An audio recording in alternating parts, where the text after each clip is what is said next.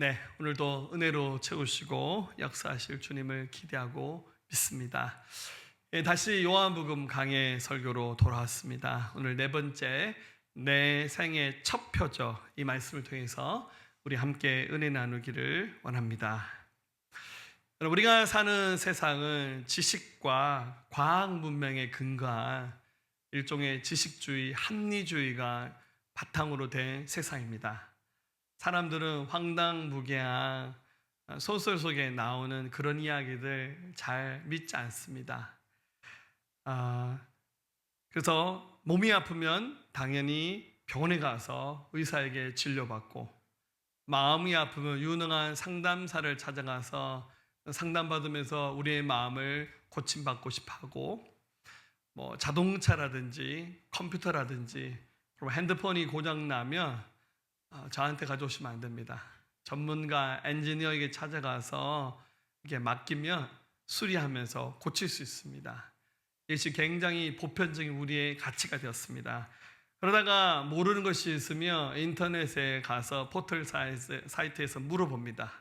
유튜브에 물어보기도 하고, 심지어 챗 GPT에다가 물어보면 굉장한 답을 얻을 수 있습니다. 굉장히 편리하고 우리가 사는 세상이 굉장히 좋아진 세상으로 보입니다. 하지만 이런 과학 문명의 발전이 결국 인류에게 어떤 삶을 가져올지 기대보다는 우려가 더 많이 되는 것도 사실입니다. 그러나 이렇게 아무리 과학 문명이 발달하고 의학이 발달할지라도 여전히 우리 인생들은 해결하지 못하는 많은 문제들을 가지고 있습니다. 그래서 우리가 가지고 있는 이 문제를 누군가 좀 해결해 줬으면 좋겠다, 이 문제 좀 누가 풀어줬으면 좋겠다라는 기대하는 마음이 사람들 마음속에 깔려져 있습니다. 이것을 오늘 본문의 말씀에 근거해서 표현하자면, 사람은 누구나 다 표적을 바라는, 기적을 바라는 마음을 우리 마음속에 품고 있습니다. 특별히 세상 사람들은 표적이란 말과 기적이란 말을 그렇게 구분해서 사용하지는 않습니다. 근데 성경에서, 특히 요한복음에서는 어떤 부분은 표적이라고 기록했고 어떤 부분은 기적이라고 표현하고 있습니다. 여러분, 기적이란 말은 초자연적인 자연적인 현상을 동반하는 현상들을 우리 미라클이라는 의미에서 기적이라고 그럽니다. 그런데 예수님께서 공생의 기간 동안 굉장히 많은 기적을 행하셨는데, 어떤 부분은 그 기적을 기적이라는 단어를 쓰지 않고 사인이라는 의미의 표적이라는 단어를 쓰고 있습니다. 적어도 요한복음에서는 이런 사건이 7가지가 등장하고 있습니다. 이 말은 분명히 초자연적인 기적이 일어나는데 이 기적의 사건이 무언가를 가리키고 있다는 거예요. 그 가리키는 것이 과연 무엇이겠습니까? 아마 이 말씀 마칠 때쯤 여러분 그 해답을 충분히 알게 되리라고 믿습니다.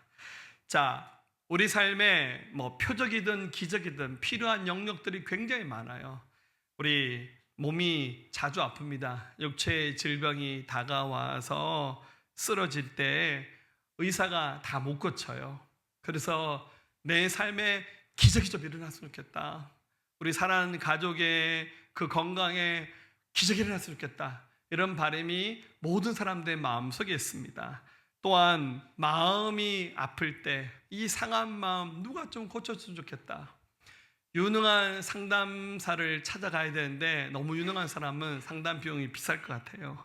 그리고 만나기도 어려울 것 같고, 설령 그런 유능한 상담사를 만나도, 여러분, 상담이라는 게 자기 문제를 적나라하게 노출해야 가능하거든요. 이걸 처음부터 끝까지 다 얘기한다는 것이 자존심이 허락하지 않고 그것이 굉장히 고되고 어려운 일이 될 수 있습니다. 물질의 문제도 마찬가지입니다. 여러분, 우리 대한민국이 굉장히 잘 사는 나라가 되었습니다. 1인당 국민 소득이 3만 불이 넘습니다.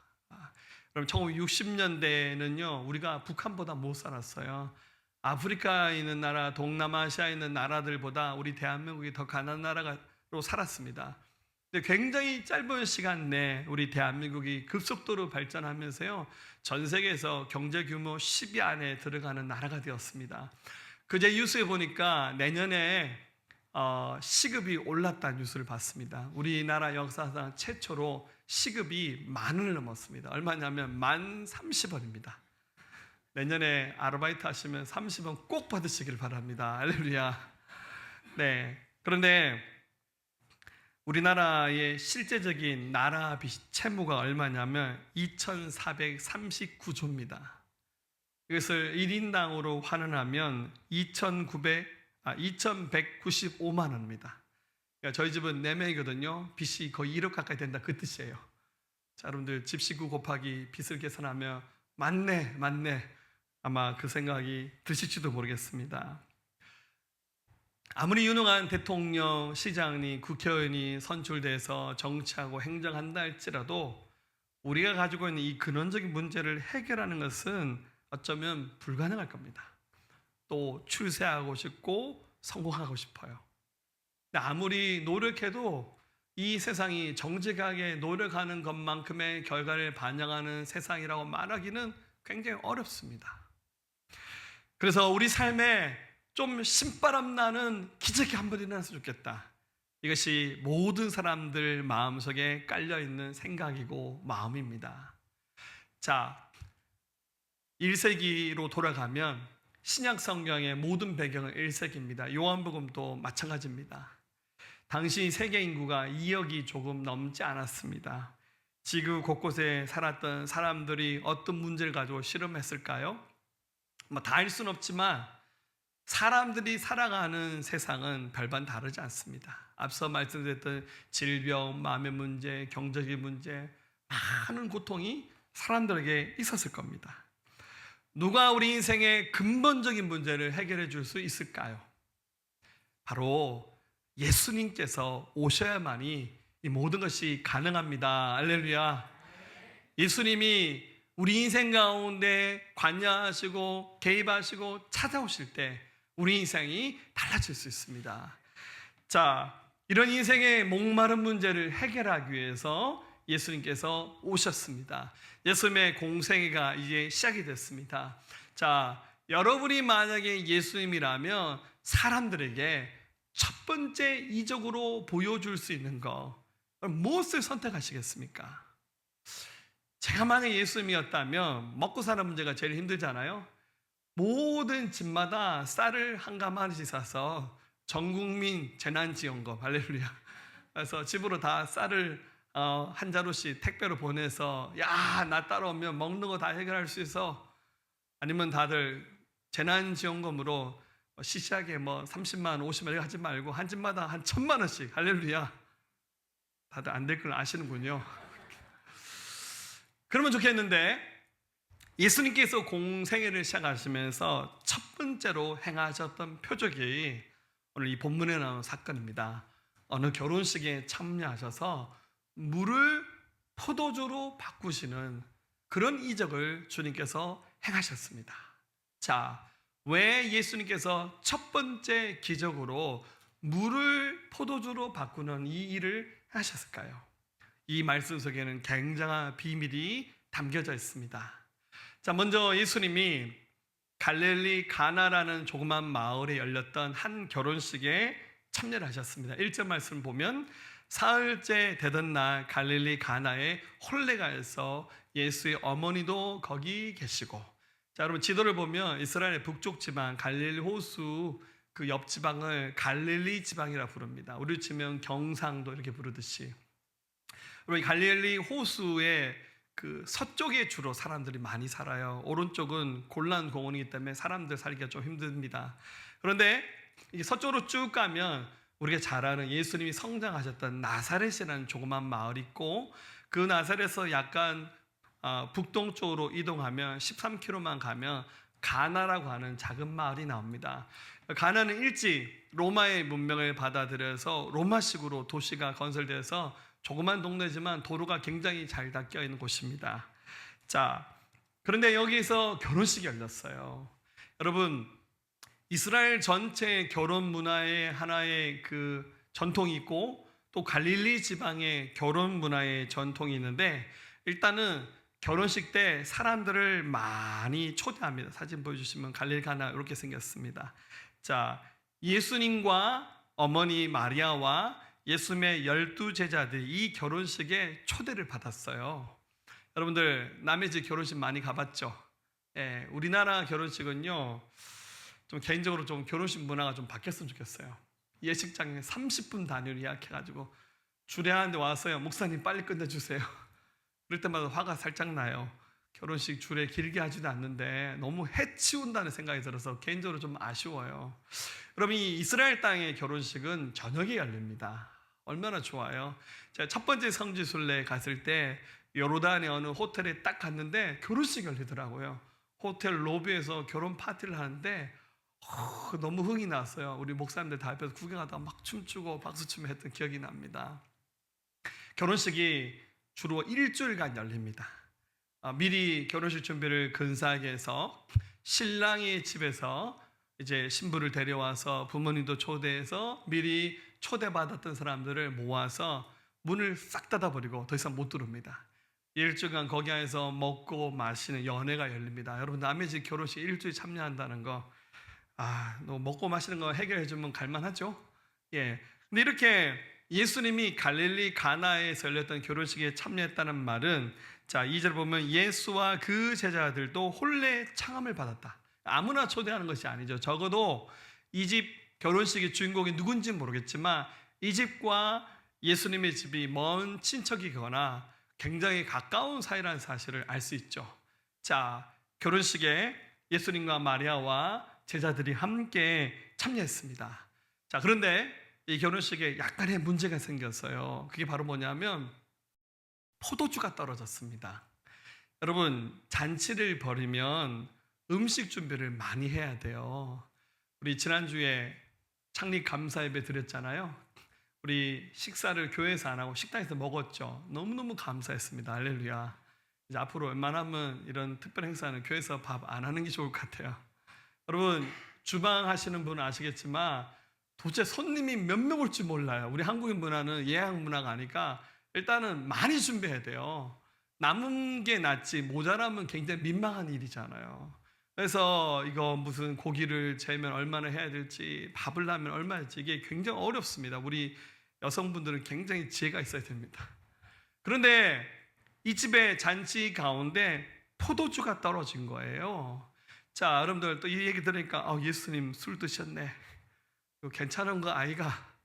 여러분들, 우리랑 약간의 문화의 차이가 있습니다. 여기 나오는 포도주는 첨가물을 전혀 넣지 않은 순수하게 발효된 포도주를 말합니다.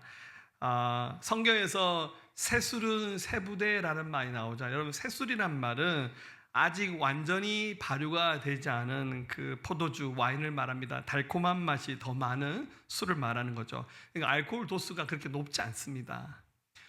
이 말은 당시의 포도주는 음료처럼 먹는 문화가 있었다는 것을 말하는 거죠. 그러니까 예수님이 막 독주를 마셨다, 그런 의미가 아닙니다. 자, 그런데 음식이 떨어진 것처럼 포도주가 떨어졌어요. 여러분, 어떻게 됩니까? 가서 사오든지 새로 빚든지. 근데 여러분들, 언제 포도주를 빚어서 새로 만듭니까? 사오려면, 여러분, 이 동네가 굉장히 작은 동네입니다. 아마 저녁 시간이었는 것 같은데요, 급히 어디 가서 포도주를 잔뜩 사온다는 것도 굉장히 어려운 일입니다. 여러분, 나중에 성지순례를 가시면 갈릴리 가나를 가실 일이 꼭 있을 겁니다. 작년에 제가 성지순례를 갔잖아요. 가기 전에 이제 몇 가지 생각을 했습니다. 갈릴리 가나에 가서 꼭 포도주를 사오리라. 할렐루야. 그래서 작년에 성지순례를 갔는데 이게 웬일입니까? 첫날에 갈릴리 가나를 가는 거예요. 고민이, 저 포도주를 사면 저거 열흘 내내 들고 다녀야겠구나, 저거 중간에 깨지면 난리 나겠는데, 돌아다가 그냥 면세점에서 살까 이 생각도 했지만 그래도 갈릴리 가나에서 사야지. 제가 마시려고 샀겠습니까? 제 로망이 우리 교회에서 성찬식을 할 때 갈릴리 가나에서 사온 포도주를 가지고 했으면 하는 바람이었습니다. 그래서 작년에 제가 그 와인을 2병 사왔는데 작년에 성찬식을 할 때 그 와인을 가지고 성찬식을 했습니다. 근데 이 생각보다 도수가 높더라고요. 할렐루야. 1부 예배 끝나고 나는데 사람들이 목사님 이거 너무 센데요. 제가 2부 예배 때 물을 좀 타시죠. 2부 예배 때는 도수를 좀 낮춰서 제가 1부, 2부 다 하니까 약간 살짝 취기가 오르더라고요. 좀 띵하더라고요. 네, 안 먹어봐서 그런가 봐요. 여러분들 나중에 성지순례 가시면 갈릴리 가나에서 포도주 먹는 거 제가 허락하겠습니다. 할렐루야. 할렐루야. 자, 그런데 이 집에 포도주가 떨어졌으면 해결을 해야 되잖아요. 근데 마리아가 이 집 주인도 아니고 아무 관계가 없는데 이 집에 포도주가 떨어진 이 장면을 보고는 어떻게 합니까? 예수님께 말하기를 포도주가 없다라고 말합니다. 이렇게 희한하잖아요. 마리아와 예수님 이 집 결혼식과 아무 상관이 없는 사람이에요. 남의 집 부엌에 음식이 떨어진 게 그게 마리아와 예수님하고 무슨 상관이 있습니까? 자, 3절 말씀 보면 예수의 어머니가 예수에게 이르되 저들에게 포도주가 없다 하니 예수님 말하기를 이 집에 포도주 떨어진 것 같아. 자, 예수님의 반응도 당연하죠. So what? 그게 저하고 무슨 상관이 있나요? 이렇게 말합니다. 4절 말씀에 예수께서 이르시되 여자여 나와 무슨 상관이 있나이까 내 때가 아직 이르지 아니하였나이다. 너무나도 당연한 반응입니다. 이 집에 포도주 떨어진 게 나와 무슨 상관이 있습니까? 자, 그런데 놀라운 것은 나중에 예수님이 물을 포도주로 바꾸시는 기적을 행하는데 이 예수님의 첫 번째 기적을 성경을 기록한 사도 요한은 표적이라 말하는데 요한복음에 표적이 7번 나옵니다. 여기 나온 이 사건이 첫 번째 표적을 기록한 사건이 됩니다. 하나님의 아들 예수님 오셔서 인류에게 보여주신 첫 번째 기적의 사건이 하필이면 물을 포도주로 바꾸는 사건. 그게 뭐 그렇게 대단한 의미가 있나? 쉽게 그렇게 생각할 수 있잖아요. 아니 차라리 공동묘지 가서 죽은 사람 다 살리면서 하나님을 믿으라 하면 좀 더 멋있게 보이고 그게 좀 더 복음을 드러날 때 도움이 될 것처럼 보이지 않습니까? 근데 예수님은 그렇게 하지 아니하시고 물을 포도주로 바꾸는 사건을 당신이 행하신 첫 번째 기적으로 삼으셨다는 거예요. 이 속에는 비밀이 있습니다. 그 해답을 찾을 수 있는 근거가 바로 이 4절 말씀입니다. 다시 보면 예수님이 마리아를 부를 때 뭐라 부르냐면 여자여 나와 무슨 상관이 있나이까. 자신의 육신의 어머니잖아요. mother라고 불러야죠. 어머니라 불러야 되잖아요. 그런데 이 부분에서 예수님이 여자여라는 호칭을 사용하고 있습니다. 자, 이 말은 헬란 말로는 귀나이라는 단어로 기록되는데 이 말은 우리로 말하면 부인, 여사님 그 뜻입니다. 미세스 마리아. 자기 어머니에게 어머니 하다가 부인, 그게 나와 무슨 상관이 있나요? 이렇게 말씀하신 거예요. 자, 예수님이 이런 표현을 요한복음 19장에서 사용하셔서 십자가 지을 때 요한에게 요한아 내 어머니다 하면서 마리아를 여자라 부르는 장면이 나오죠. 이 말이 낮은 말로 사용한 것이 아니라 극존칭의 의미로 또 심지어 막달라 마리아에게도 그런 표현을 쓰신 적이 있습니다. 자, 이 말은 여러분 예수님의 화법 속에는 두 가지가 담겨져 있는데 당신이 하나님으로서 신성을 가진 하나님으로서 말하는 부분이 있고 인성을 가진 사람으로서 Son of Man입니다. 사람의 아들로 오신 순간에 하시는 화법이 있어요. 여러분은 예수님의 일상의 언어는 당연히 다 사람으로서 하시는 언어가 많죠. 근데 이 부분은 육신의 어머니 마리아의 아들 예수님에서 하신 말씀이 아니라 하나님의 아들 예수님에서 하신 말씀이에요.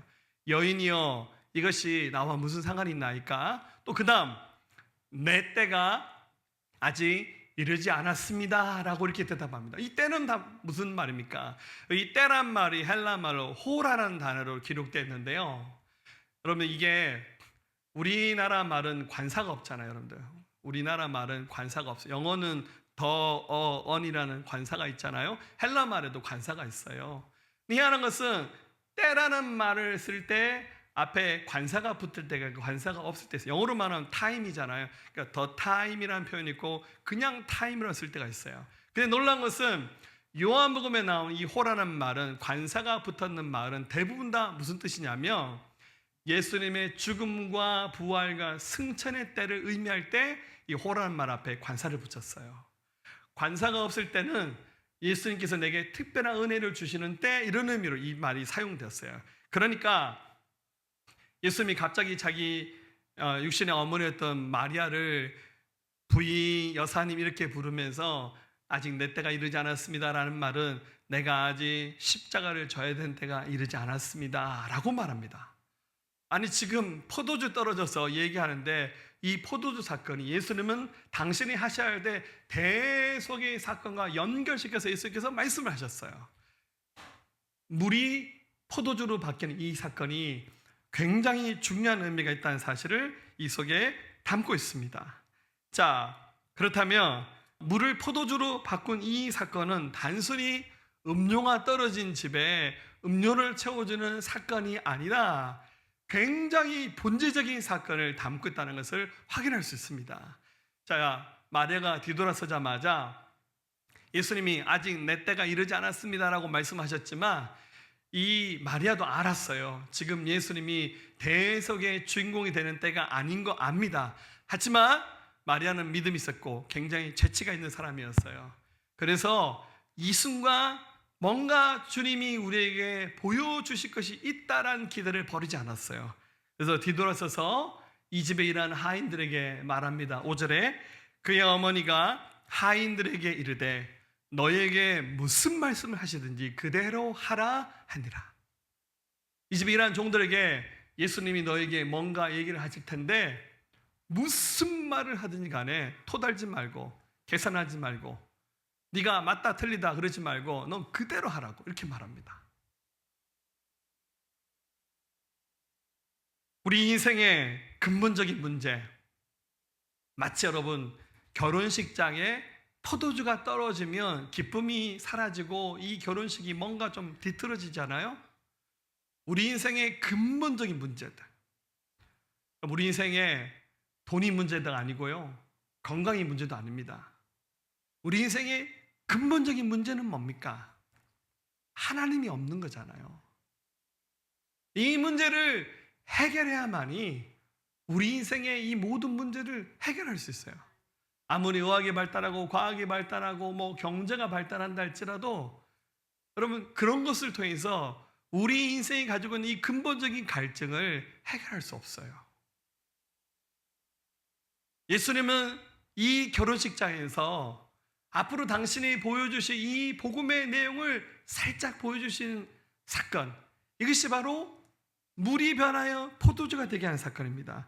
마리아는 이것을 기대하고 믿었어요. 그래서 하인들에게 주님이 뭐라든지 간에 너 그대로 하라고 이렇게 말씀하십니다.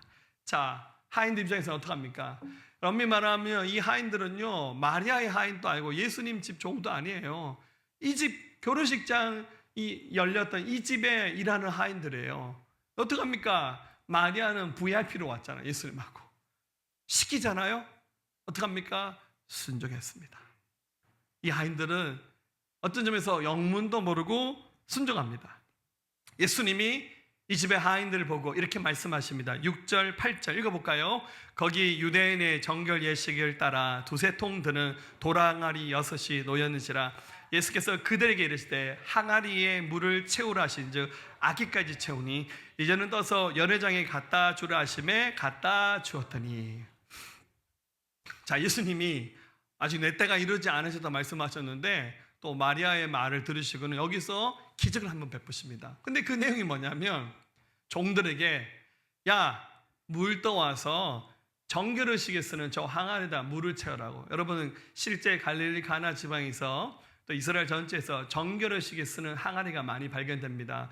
사진 보면 이렇게 생겼어요. 꽤 큰 항아리입니다. 이 정결의식이 뭐냐면 여러분들 바깥에서 생활하고 오면 손과 발에 먼지가 많이 묻잖아요. 그래서 집에 들어오면 율법을 따라서 손을 씻습니다. 발을 닦기도 하고 때로는 이 정결의식을 썼던 항아리에 물을 통해서 글을 씻기도 합니다. 자, 이 정결의식에 사용했던 항아리에다가 물을 채우라는 거예요. 갈릴리 가나에 뭐 우물이 있었는지 저수지가 있었는지 잘 모르겠지만 종들 입장에서는 물을 떠와야 되는 거 조금 번거로워지겠죠. 그런데다가 더 중요한 것은 포도주가 떨어졌잖아요. 어디 가서 급하게 포도주를 사와야 되는데 포도주를 사오는 게 아니라 예수님이 돈이라 주시면서 야 저기 있는 데 가면 이마트가 있는데 가면 포도주 좋은 거 팔아. 이러면 얼마나 좋겠어요. 가서 물 떠오라는 거예요. 이해하기 힘든 거예요. 근데 물 떠와서 뭐란 말입니까? 결혼식이 열리고 있는 그 연회장에, 여러분 이 집에 결혼식에는 부모님 혼주가 있고 이 결혼식 연회를 주관하는 연회장이 따로 있습니다. 이게 연회장에 그걸 갖다 주라는 거예요. 맹물을 퍼서 포도주 대신 주라는 거예요. 이 종들 입장에서는 완전히 뺨 맞는 일입니다. 근데 주님이 하라고 말씀하시는 거예요. 마리아가 뭐라 말했죠? 주님이 무슨 말씀을 하시든 간에 너희 그대로 하라고. 그래서 하인들 입장에서는 굉장히 곤란스러웠겠지만 순종해서 물을 떠옵니다. 여러분들 물을 여러 번 떠왔을 겁니다. 저 정결혼식 항아리에다 물을 이빠이 채웁니다. 아기까지 채웠으니까. 그리고는 작은 주전자에 담아서 이것을 연회장에 갖다 줍니다. 그랬더니 기적이 났어요. 즉 순종하는 사람에게 하나님이 은혜를 더해 주셨어요. 자, 9절 10절 연회장은 물로 된 포도주를 맛보고도 어디서 났는지 알지 못하되 물떠온 하인들은 알더라. 연회장이 신랑을 불러 말하되 사람마다 먼저 좋은 포도주를 내고 취한 후에 낮은 것을 내거든 그대는 지금까지 좋은 포도주를 두었도다 하니라. 아마 이 와인 맛이 기가 막혔던 것 같아요. 야, 이거 지금까지 먹었던 것보다 더 기가 막힌 새술이네. 근데 연회장은 하인들이 어디 가서 급하게 이 포도주를 구해온 줄로 알았어요. 그러나 순종했던 하인들은 알았어요. 야, 이거 맹물 떠서 줬는데 포도주가 됐네. 자기 인생 전체를 통틀어서 이런 사건을 경험한 적이 단 한 번도 없어요. 물이 변하여 포도주가 된 거예요. 자, 이제쯤 되면 왜 물을 포도주로 바뀌는 이적을 주님이 행하셨을까? 한 번쯤 생각해 봐야겠죠. 여러분들 기적이라 하지 않고 왜 표적이라고 썼겠습니까? 이 기적이 뭔가를 가리키는 사인이라는 거예요. 즉, 이 기적을 통해서 예수님이 하나님의 아들 되심을 보이는 가리키는 기적이라는 의미에서 이 기적이라는 말을 사도 요한은 표적이라는 단어로 구별해서 사용한 겁니다. 여러분, 물을 포도주로 바꾸신 것은 예수님께서 새로운 나라를 시작하실 것이라는 것을 알려주고 있습니다. 여러분, 예수님은 메시아로 오셨어요. 메시아로 오신 예수님께서 당신의 백성들을 초대해서 잔치를 열어주시는 거예요. 여러분, 예수님이 오셨을 때, 예수님이 재림할 때 이 땅이 새로운 나라로 만들어져서 새하늘 새 땅이 만들어서 우리는 그 세계로 들어가서 살게 될 겁니다. 그래서 주님이 오시는 그 장면을 성경은 뭐라 비유하냐면 어린 양의 혼인잔치란 말합니다. 주님이 신랑 되시고 우리는 신부가 되어서 주님 오시는 날, 그날은 축제의 날이고 우리가 손꼽아 기다리는 최고의 순간이 될 거예요. 우리 주님 오시는 그 순간은 최고의 파티, 결혼식이 열리는 거예요. 이 갈릴리 가나에 열렸던 이 결혼식은 예수 그리스도께서 메시아로 오셔서 앞으로 회복하게 될 새로운 세상을 미리 알려주는 사건입니다. 자, 이 부분에 대해서요, 유명한 신학자 카슬이라는 사람은 요한복음에 나오는 특이한 부분을 통해서 이 부분을 더 정확하게 설명하고 있습니다. 우리 1장과 2장 지금 넘어왔는데 1장을 제가 강의할 때 이 부분을 설명하지 않았는데요. 여러분 1장 말씀 속에 보면 이튿날이란 말이 2번 나오고 2장 1절은 사흘째 되는 날이 나옵니다. 여러분 이게 달력도 없고 시간도 우리가 알기 어려운데 굳이 요한이 이튿날, 사흘째 이런 표현을 썼다는 말은 이 말이 굉장히 구조적으로 단단하게 첫째 날, 둘째 날이 이 속에 담겨있다는 의미입니다. 우리가 이것을 시간으로 한번 계산해 보면요, 첫째 날에 침례 요한이 예루살렘에서 온 사람들과 대화하는 장면이 첫째 날입니다. 그리고 둘째 날은 침례 요한이 예수님 만난 날이 둘째 날, 그리고 셋째 날이 예수님이 안드레와 다른 제자와 만난 날이 셋째 날이고, 그리고 넷째 날은 안드레가 베드로를 예수님께 데려온 날이 넷째 날, 그리고 다섯째 날은 예수님이 우리 1장 마지막에 나왔던 나다나엘을 만난 날이 다섯째 날입니다. 그리고 오늘 갈릴리 가나에서 물을 포도주로 바꾼 이 사건, 여기 사흘째 되는 날로 기록했지만 순수상 말하면 이 날은 여섯째 날이거나 일곱째 날입니다. 근데 이제 셋째 날, 넷째 날이 조금 명확하게 구분이 돼 있지 않아요? 그래서 오늘 이 기적이 일어난 날이 6일째 되는 날이 될 수도 있고 7일째 되는 날이 될 수도 있습니다. 여러분들 이 얘기 딱 들으니까 머릿속에 생각나는 거 있지 않습니까? 어떤 생각이 듭니까? 천지창조 생각나지 않나요? 요한은 이 요한복음을 쓰면서 요한복음을 다른 말로 뭐라 말하냐면 다시 쓰는 창세기라 말합니다. 이 속에는 첫째 날, 둘째 날, 셋째 날이 등장합니다. 하나님이 인간을 언제 창조하셨죠? 6일째 된 날 창조하셨고 제7일에 주님께서 안식하셨습니다. 자, 이 말은 누구든지 예수 그리스도를 믿고 주님 안에 들어오게 되면 세상이 다시 창조된 것처럼 예수 그리스도 안에서 새로운 삶을 살게 될 것이라는 것을 바로 이 가나 혼인 잔치를 통해서 주님은 알려주기를 원하셨습니다. 물론 이제 카슨의 이런 해석을 너무 지나치게 억측이라고 말하기도 합니다.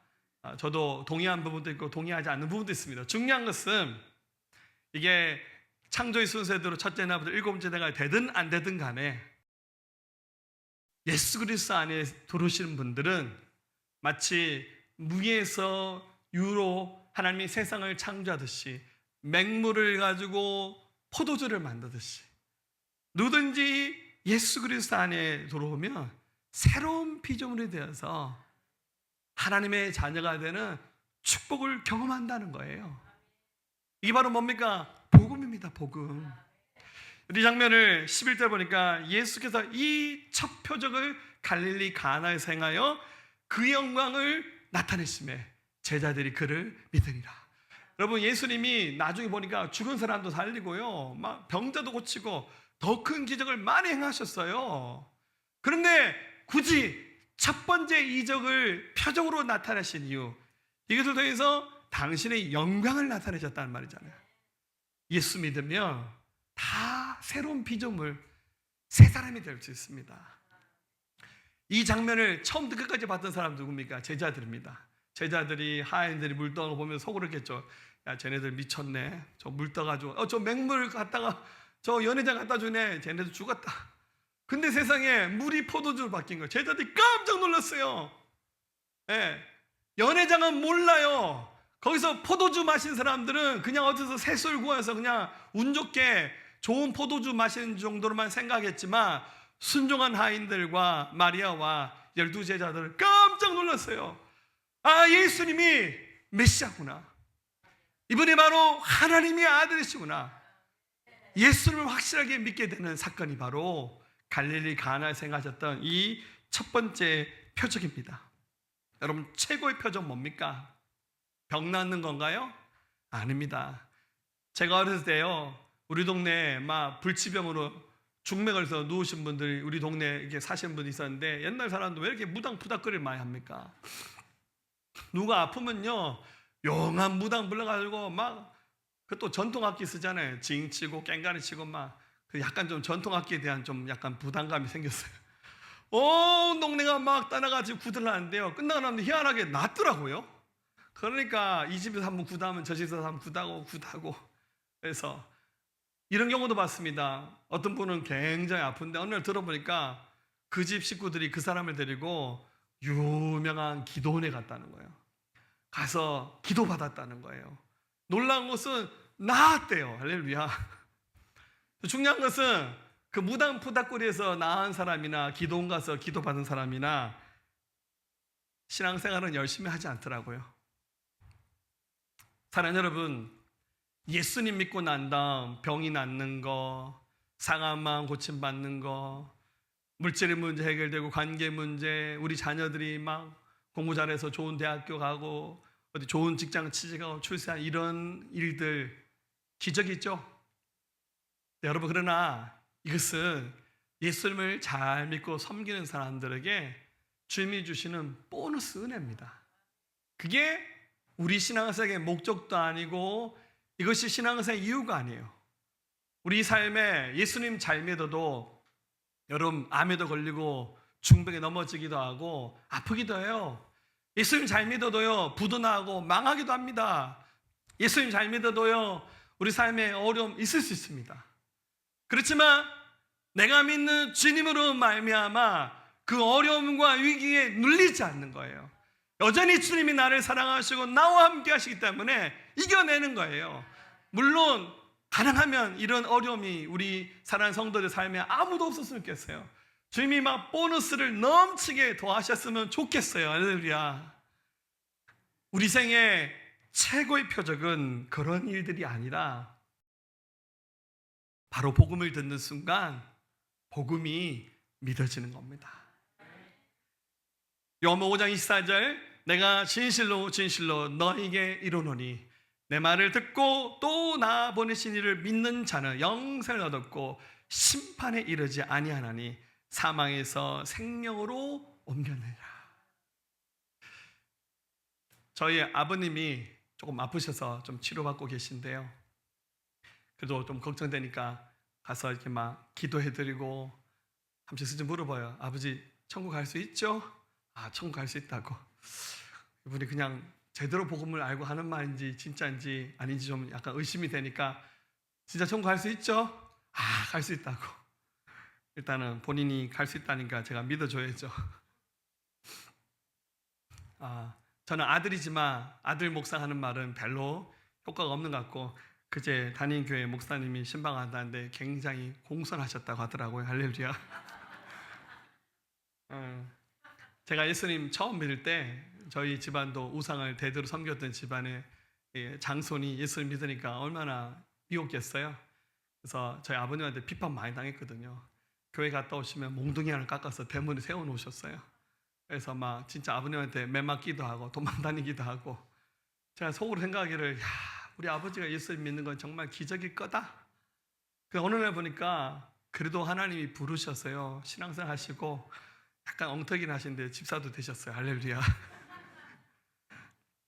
정말 천국에 무사히 들어갈 수 있는 믿음의 사람으로 끝까지 완주하고 승리했으면 좋겠습니다. 여러분, 우리 인생의 최고의 표적은 뭘까요? 그럼 그 최고의 표적은 내 삶에 뭔가 신비한 기적이 일어나는 거. 죄송하지만 그거는 두 번째, 세 번째 얘기예요. 누군가 초대했을 때 창피하고 부끄럽지만 그 손 잡고 교회 온 거예요. 그리고 억지로 듣는 복음이지만 그 복음이 들려지고 깨달아지고 믿어진 거예요. 여러분, 그게 바로 물이 변하여 포도주가 된 사건이에요. 그리고 당신 예수 믿어야 됩니다. 예수님을 주인으로 믿으셔야 됩니다. 근데 이 복음을 들을 때 순종하고 싶은 마음이 생긴 거예요. 그래, 내가 지금까지 내가 스스로 주인 돼서 살았는데 이제는 한번 주인 한번 바꿔보자. 예수님이 내 삶의 주인이시지 하고 복음 앞에 반응하면서 나 믿을게요 라고 결단한 것. 이것이 바로 우리 생의 첫 번째 표적입니다. 이렇게 주님 따라갈 때요, 제가 확신하고 믿습니다. 그 다음 주님은 더 큰 미라클, 이적들을 막 보여주실 거예요. 적어도 요한복음에서는 예수님이 하나님의 아들 되심을 가리키는 표적이 7번이 나옵니다. 앞으로 7번 얘기를 다 하겠죠. 여러분, 7번이 아니라, 여러분 7번은 완전수잖아요. 주님이 내가 너의 인생을 통틀어서 7번이 아니라 우리 숨이 끊어지는 그 순간까지 주님 단 한 번도 멈추지 않으면서 우리 삶에 많은 기적을 보여주시면서, 그럴 때마다 예수님 용하시네, 그게 아니라 예수님 나의 아버지, 예수님 나의 주인, 예수님은 나의 하나님을 고백하면서 그렇게 살아가는 것이, 그게 바로 믿음입니다. 사랑하는 여러분, 우리 주님 섬기는 일 늘 막 기적이 나타나고 늘 풍성하게 채워주는 그런 은혜가 있었으면 좋겠지만 때로는 메마른 사막을 걷듯이 굉장히 가난한 인생을 살 때도 있고 굉장히 고단한 길을 갈 때도 있습니다. 그럼 그 순간에도 내가 경험한 첫 번째 표적, 물이 변하여 포도주가 된 것처럼 내 인생에 베푸신 하나님의 그 은혜 붙잡고 자로나 우로나 치우치지 않고 끝까지 승리하는 삶을 살아내시는 우리 모두가 될 수 있기를 주님의 이름으로 축원합니다. 나의 평생에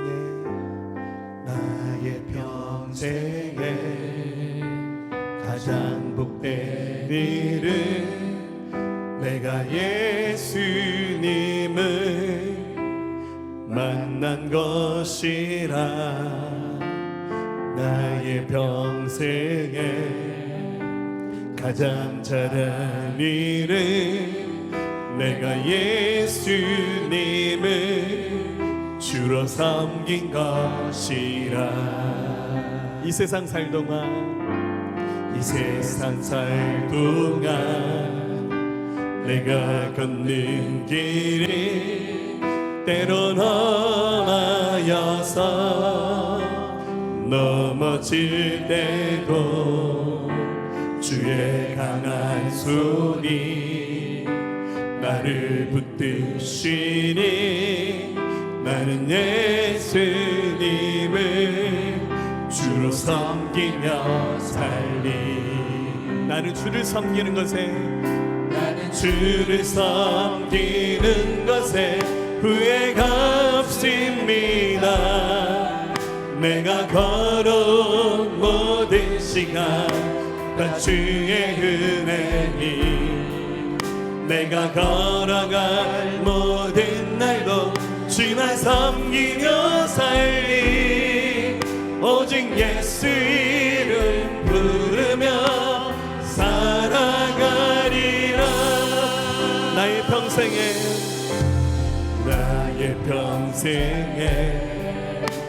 가장 복된 일은 내가 예수님을 만난 것이야. 나의 평생에 가장 잘한 일은 내가 예수님을 주로 섬긴 것. 자, 우리 두 손 들고 갈까요? 이 세상 살 동안 내가 걷는 길이 때론 험하여서 넘어질 때도 주의 강한 손이 나를 붙드시니 나는 예수님을 주로 섬기며 살리. 아멘. 나는 주를 섬기는 것에 후회가 없습니다. 내가 걸어온 모든 시간 다 주의 은혜니 내가 걸어갈 모든 날도 주만 섬기며 살리. 오직 예수 이름 부르며 살아가리라. 이것이 나의 간증이요 이것이 나의 찬송이세. 나 사는 동안 끊임없이 주를 찬송하리로. 이것이 나의 간증이요 이것이 나의 간증이요 이것이 나의 찬송이세. 나 사는 동안 끊임없이 주를 찬송하리로다.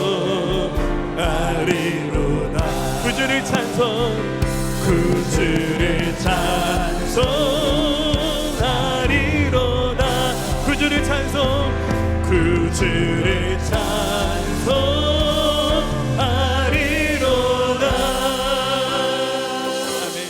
이제는 우리 주 예수 그리스도의 은혜와 하나님 아버지의 무한하시고 극진하시 사랑하심과 성령님의 감화가 운동 내주 역사 충만 교통하심이 예수 그리스도의 신부가 되어서 신랑 되신 주님 기다리며 새 사람이 되어서 이 영원한 기쁨의 축제에 참여 사랑하는 성도들의 모든 믿음 가운데 이들 10년 가운데 이들의 가정과 일터와 나라 민족과 모든 열방과 우리 새생명교회에 지금부터 영원토록 함께 하옵시기를 간절히 축원하옵나이다. 아멘.